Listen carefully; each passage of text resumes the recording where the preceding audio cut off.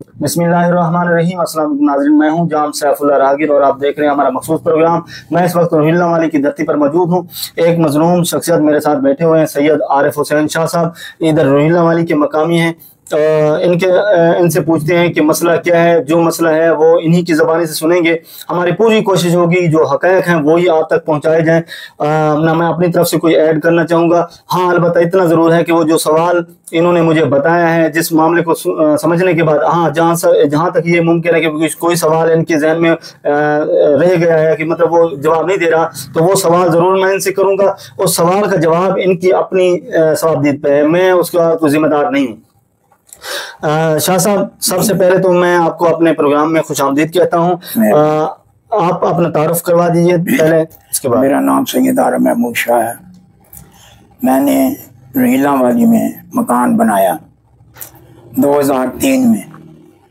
اصل میں نا یہ ان کا معاملہ، جو پروگرام کا مقصد ہے وہی پروگرام یہ سامنے لے کر آ رہے ہیں کہ ان کے پلاٹ پہ ایک گھر بنایا تھا، انہوں نے خود بنایا تھا، اور وہ 4 مرلے کا پلاٹ ہے، اس پہ گھر بنایا۔ گھر بنانے کے بعد اس نے اپنی ساس کو دیا۔ ساس کے بعد ساس جب فوت ہو گئی، ان کے بعد انہوں نے اپنی سالی کو رہائش بطور دیا، یعنی یہ نہیں کہ ملکیت کے طور پر نہیں دیا، صرف رہائش کے طور پر دیا۔ اس کے بعد اس کا سالہ جو ہے وہ ادھر آتا جاتا رہا، مطلب جیسے بہن کے گھر میں بھائی آتے رہتے ہیں، تو اب وہ سالہ جو ہے وہ بالکل قابض ہو گیا۔ اس کی نیت کا تو کسی کو پتہ نہیں تھا، اس حوالے سے یہ بات کر رہے ہیں، تو اس حوالے سے مزید بتائیے گا۔ بعد میں سالہ داخل ہو گیا، اور اس کے بعد اس نے میرا گھر کا سارا آپ کے سالے کا نام پہلے بس؟ میرا سالہ سید ابراج شاہ اور ببی شاہ۔ وہ اپنے بچوں کے ساتھ داخل ہو گیا۔ اس نے آہستہ آہستہ میرا سامان بیچنا شروع کر دیا۔ ہمیں معلوم ہوتا رہا، ہم نے کہا دفع کرو۔ پھر وہ زیادہ ہی بڑھتا چلا گیا۔ پھر ہم آئے چھڑوانے کے لیے بھی، آپ اپنا راستہ لو۔ اس نے بھائی شرم چھوڑنے سے انکار کر دیا۔ اب وہ قابض ہو کے بیٹھا ہے۔ یعنی جب ان کو پتہ لگا کہ بھئی اب وہ جو ہے نا وہ اس کی نیت ٹھیک نہیں ہے، وہ رہائش پذیر نہیں ہے بلکہ قابض ہے، تو قابضے کے بعد جب ان کو معلوم ہوا یا ان کو بھنک پڑی، تو انہوں نے دفاعی پوزیشن اختیار کی۔ دفاعی پوزیشن کے بعد وہ جان کا دشمن بن گیا، اور انہوں نے اپنے طور پر وہ سارا جو سامان تھا، وہ ان کی جو ملکیت تھا، وہ بیچنا شروع کر دیا۔ پھر گھر کی توڑ پھوڑ شروع کر دی، یعنی کہ ان کے اینٹیں بیچ دی یا سامان بیچ دیا۔ اس حوالے سے پھر ان کو مزید تشویش بڑھی، تو انہوں نے پھر مارکیٹ کے لوگ جو ہوتے ہیں، رشتہ دار ہوتے ہیں، ان کے سامنے یہ معاملہ لے کر آئے ایسے ہیں۔ اچھا، اس کے بعد یہ معاملہ پیش آیا، یعنی کہ جب آپ کو یہ واضح ہو گیا کہ یہ بندہ بدنیتی پر مبنی کام کر رہا ہے اور یہ گھر کا سارا سامان بیچ رہا ہے، تو اس کے بعد آپ نے کیا کیا؟ اس کے بعد ہم نے اس کو کہا کہ بھائی راستہ ہے، تو یہ کیا کر رہا ہے؟ کہتا ہے یہ تو جگہ بھی میری ہے، یہ سب سامان میرا سامان بھی میرا ہے، حتیٰ کہ نلکا بھی اخار کے بیچ دیا۔ میرا چوارا پورا سامان کا بھرا ہوا تھا، بیٹی کا جہیز تھا، کپڑے تھے، کوئی چیز بھی نہیں چھوڑی، حتیٰ کہ پیٹیاں بھی بیچ دی۔ آپ نے اپنی بیٹی کے لیے جو جہیز کا ساز و سامان بنایا تھا، وہ ادھر ہی اپنے مکان پہ محفوظ رکھا تھا؟ مکان میں۔ تو آپ کے ابرار شاہ یعنی اور ببی شاہ جو ہیں، انہوں نے سارا سامان پھر بیچنا شروع کر دیا۔ بیٹی کا بھی سامان تھا، میری بیوی کا بھی جہیز کا سامان وہی تھا۔ اچھا، یعنی آپ نے تمام اس کے متبادل آپ کا کوئی گھر نہیں تھا روہیلا والی میں صرف؟ نہیں۔ اچھا، یعنی پورا جب آپ کا ساز و سامان اسی گھر میں موجود تھا یا آپ کی سالیں موجود تھی؟ ہاں جی، ٹھیک ہے۔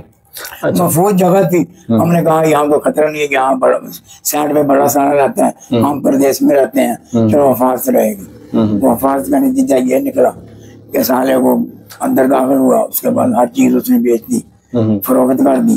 اچھا، مارکیٹ میں پھر جو معاملات پیش ہوئے، یعنی وہ جو فیصلے ہوئے یا معاملات چلتے رہے، اس حوالے سے بھی ہمارے ناظرین کو بتا دیجیے۔ معاملات چلے، وہ کہتا ہے جی میرا یہ مالکی میں آؤں، ورنہ مجھے آدھا دو۔ یہ سارے کون تھے؟